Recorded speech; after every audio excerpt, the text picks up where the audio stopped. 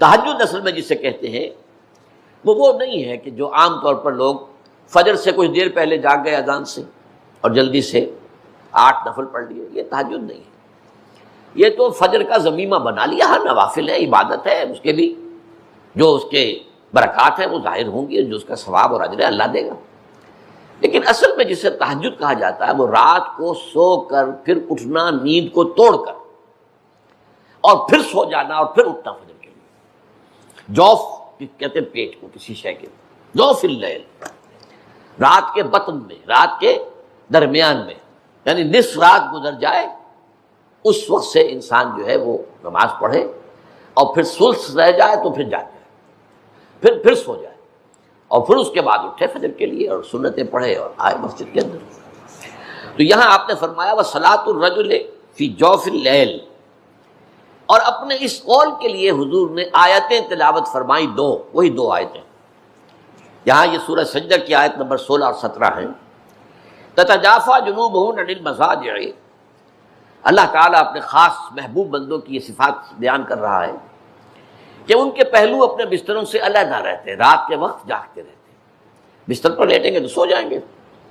تتجافى جنوبهم عن المضاجع يدعون ربهم خوفا وطمعا، وہ اس وقت اپنے رب کو پکارتے ہیں، دعائیں کرتے ہیں، خوف کے ساتھ بھی، اس کے مواخذے کا خوف، اس کے عذاب کا خوف، اس کے باز پرس کا خوف، اس کی ناراضی کا خوف، جہنم کا خوف، و طمعا، اور طمع کس کی؟ اللہ راضی ہو جائے، اللہ کے اجر و ثواب کی بھی طمع ہو، لیکن سب سے بڑی طمع کیا ہے؟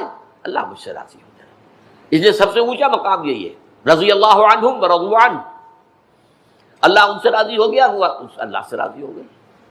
یہ باہمی رضا ہے، بندہ اپنے رب سے راضی رہے، وہ ہے کہ تسلیم و رضا جو بھی دنیا میں آ رہا ہے اس پر شکوہ، اللہ کا شکوہ زبان پر نہ لائے۔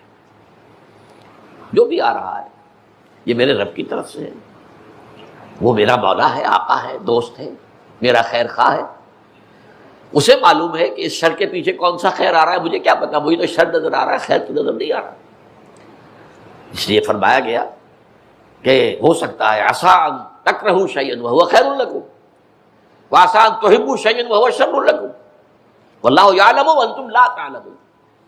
ہو سکتا ہے تمہیں کوئی چیز بری لگے حالانکہ اسی میں تمہارا خیر ہو، عین ممکن ہے تمہیں کوئی چیز اچھی لگتی ہو حالانکہ اس میں تمہارے لیے شر ہے۔ اللہ جانتا ہے، تم نہیں جانتے۔ اس کیفیت کے اندر دنیا کی زندگی گزارے، اللہ تعالیٰ آخرت میں اسے راضی کر دے گا، اللہ اس سے راضی ہو جائے گا۔ خارا کہتے ہیں خیر طلب کرنے کو، یہ باب استفعال سے جب کوئی آتا ہے، استنصار مدد حاصل کرنا، مدد لینا، استخارہ خیر طلب کرنا، خیر حاصل کرنا۔ اور اس کی ایک دعا جو ہے وہ ایسی ہے کہ جو حضور نے، صحابہ کہتے ہیں، ہمیں ایسے سکھائی جیسے قرآن، یعنی اتنے اہتمام کے ساتھ وہ دعا سکھائی۔ وہ دعا پڑھتے رہنا یہ ایک مستقل گویا کہ انسان کا استخارہ ہونا چاہیے اس کے معمولات میں۔ کوئی بھی مسئلہ درپیش ہے تو آدمی دعا کرے، اللہم انی استخیرک بعلمک واستقدرک بقدرتک، اے اللہ میں تیرے علم سے خیر مانگتا ہوں اور تیری جو قدرت ہے اسی سے قدرت چاہتا ہوں کہ مجھے بھی کچھ طاقت حاصل ہو جائے۔ اللہم انی استخیرک بعلمک واستقدرک بقدرتک واسألک من فضلک العظیم، اور مانگتا ہوں تو اس سے تیرا بہت بڑا فضل۔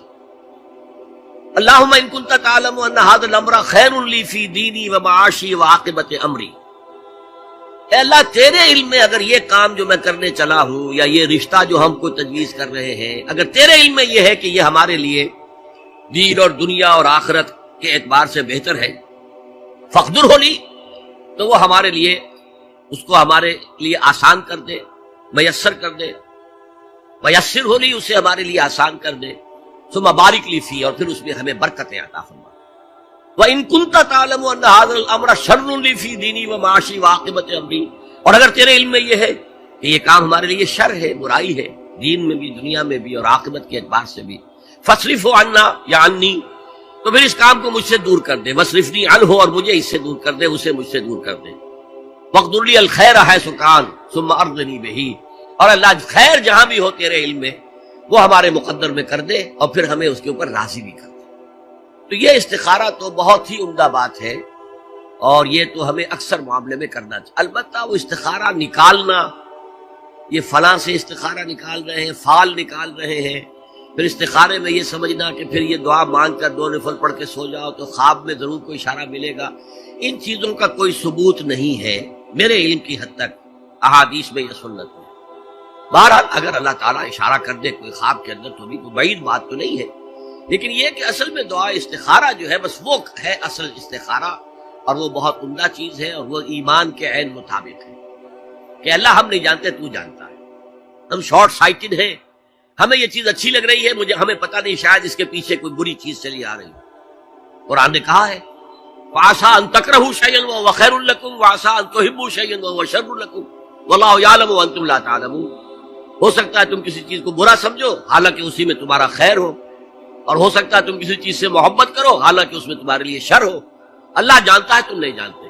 تو اسی کو کہتے ہیں تفویض الامر الی اللہ، اپنا معاملہ اللہ کے حوالے کر دو، اللہ تو اگر اسے ہمارے لیے خیر سمجھتا ہے تو آسان کر دے، اگر شر سمجھتا ہے تو ہم سے دور۔ جو لوگ اللہ پر ایمان لائیں، کہیں کہ ہمارا رب اللہ ہے، پھر اس پر جم جائیں، ان پر فرشتوں کا نزول ہوتا ہے، نہ کوئی غم کرو نہ خوف، خوشیاں مناؤ جنت کی جس کا تم سے وعدہ کیا گیا تھا۔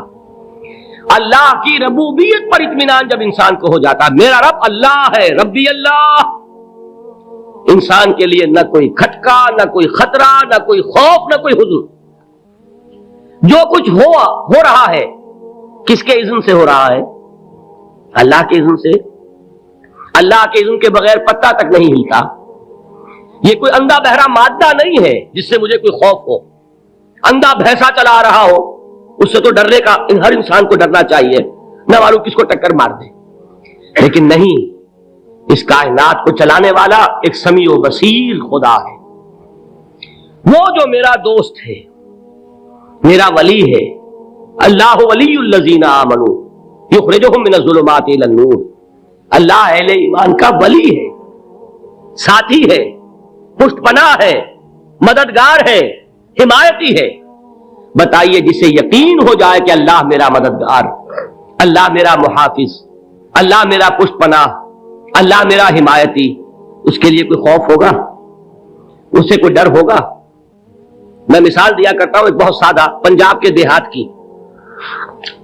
وہ بڑا چودھری ہے اور کوئی غریب کسان ہے، اس غریب کسان کی کہ جانوروں کو ہر وقت اندیشہ ہوگا چوری کا، کوئی میری بھینس کھول کر نہ لے جائے، کوئی میرا بیل کھول کر نہ لے جائے، لیکن جس کے بارے میں یہ سب کو معلوم ہو کہ وہ جو بڑا چودھری ہے وہ اس کا دوست ہے، اس کی بچیا کو کوئی خوف ہوگا؟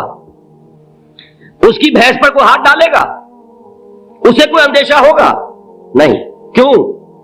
کہ وہ بڑا چودھری، بڑا اس کا یہاں کا سردار، جاگیردار، سب کو معلوم ہے وہ میرا دوست ہے، کوئی میرے خلاف اقدام نہیں کر سکتا۔